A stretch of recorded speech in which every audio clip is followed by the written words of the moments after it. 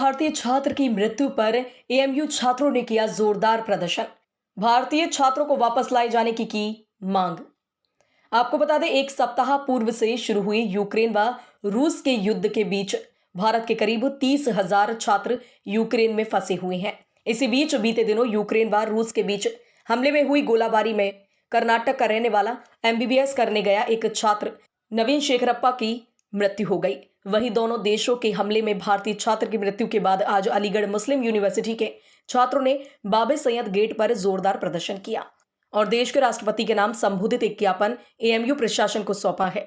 वहीं छात्रों का कहना है कि यूक्रेन व रूस के हमले के बीच भारतीय छात्र की मृत्यु भाजपा सरकार की नाकामी है।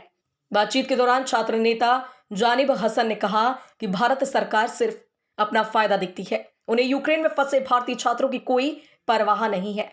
उन्होंने कहा कि आज हमने देश के राष्ट्रपति को संबोधित एक ज्ञापन एएमयू प्रशासन को सौंपा है और मांग की है कि सर्वप्रथम तो मृतक छात्र के शव को भारत वापस लाया जाए और यूक्रेन में फंसे सभी भारतीय छात्रों को तत्काल वापस बुलाया जाए।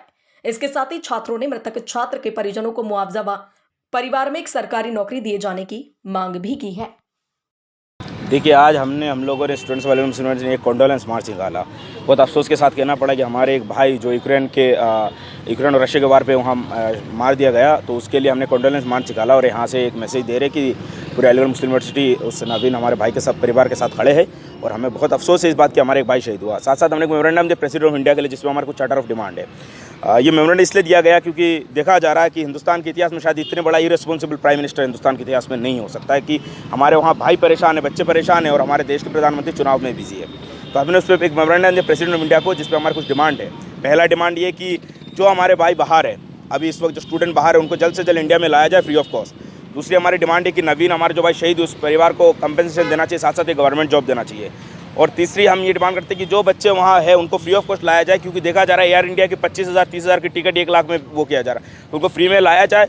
और साथ साथ इस जो बच्चे बाहर उनको गंभीरता के साथ एक इसको बहुत रिस्पॉन्सिबिलिटी के साथ उनको लाया जाए, सेफ्टी और सिक्योरिटी के साथ। नवीन की अभी तक डेड बॉडी नहीं है, इसके बारे में क्या कहना चाहेंगे? देखिए, मैं वही चीज़ कह रहा हूँ कि हिंदुस्तान के इतिहास में शायद इससे बड़ा मतलब इतना इरेस्पॉन्सिबल प्राइम मिनिस्टर हिंदुस्तान के इतिहास में नहीं हो सकते।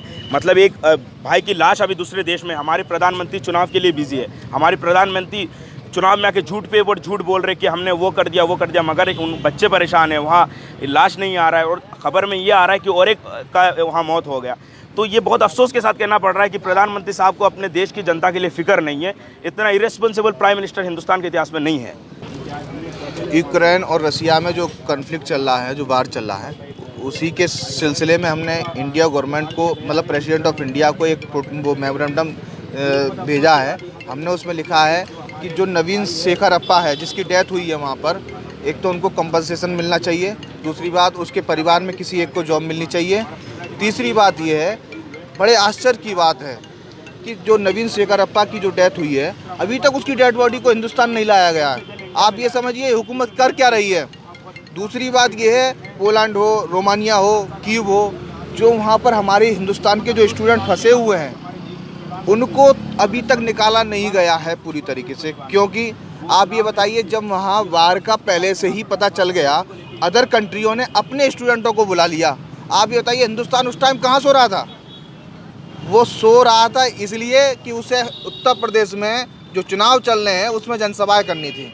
क्या आपके लिए जनसभाएं ज़्यादा इम्पोर्टेंट है या फिर एक जो है देश आपको इम्पोर्टेंट है? जो भविष्य है देश का, जो स्टूडेंट भविष्य हैं, आप उनको खतरे में डालकर आप यहाँ जनसभाएं कर रहे हैं। आपके लिए शर्मनाक बात है ये। और डिमांड करना चाहेंगे, हम डिमांड करना चाहेंगे कि पहले तो जो नवीन शेखरप्पा जो स्टूडेंट था जिसकी डेथ हुई है, उसको तत्काल लाने का काम किया जाए, उसकी डेड बॉडी को। दूसरी बात ये है, जो स्टूडेंट में फंसे हुए हैं उनको तत्काल लाया जाए।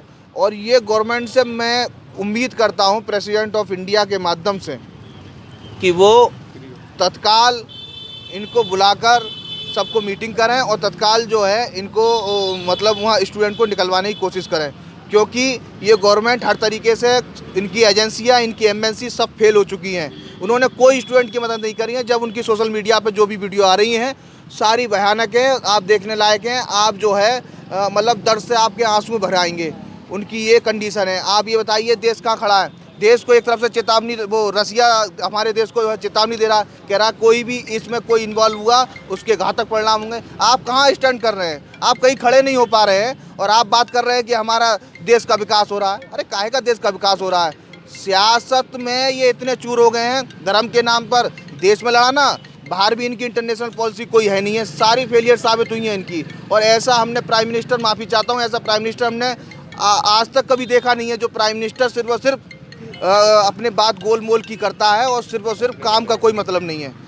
ये अलीगढ़ मुस्लिम यूनिवर्सिटी के छात्र नेताओं ने और कुछ छात्रों ने, जो वर्तमान में रूस और यूक्रेन के मध्य विवाद और युद्ध चल रहा है, उसमें जो हमारे भारतीय छात्र और भारतीय नागरिक जो यूक्रेन में फंसे हुए हैं, उनको यथाशीघ्र लाने के लिए एक ज्ञापन माननीय राष्ट्रपति महोदय को संबोधित किया है, जिसको यथाशीघ्र आवश्यक कार्रवाई के लिए वहाँ पहुँचाया जाएगा। सर, अलीगढ़ में अभी तक कितने छात्र जो हैं वो यूक्रेन में फंसे हुए हैं या बॉर्डर? देखिए, कल तक की जो मुझे जानकारी है, कल एक लिस्ट ADM FR साहब के चैम्बर में हम लोग डिस्कस कर रहे थे। 27 बच्चे जो अभी स्टूडेंट्स हैं, वो लोग अभी वहाँ फंसे हुए हैं, जिनके हम लोग कल सभी 27 बच्चों के परिवार वालों के पास गए। सभी की ड्यूटीज़ लगी थी, सब लोग गए, 4 परिवारों में हम भी गए।